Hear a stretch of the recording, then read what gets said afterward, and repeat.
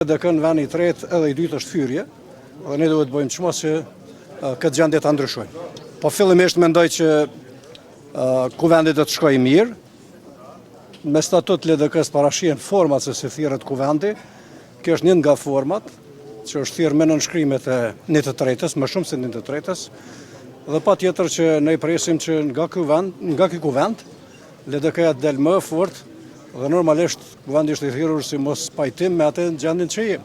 Që do të thotë për LDK në veni i tretë edhe i dytë është fyrje, dhe ne duhet bëjmë çmo që këtë gjendje ta ndryshojmë. A keni votat mirë, bie që do të takohet me radhëzikën? Nuk e di, votat do të vendos, unë e kam thonë edhe publikisht mendimin tim, konsideroj dhe jam i bindur që LDK ka nevojë për ndryshime, në mënyrë që të ecim përpara të kemi tjetër rezultat më të mirë. Kush mund ta pasojë?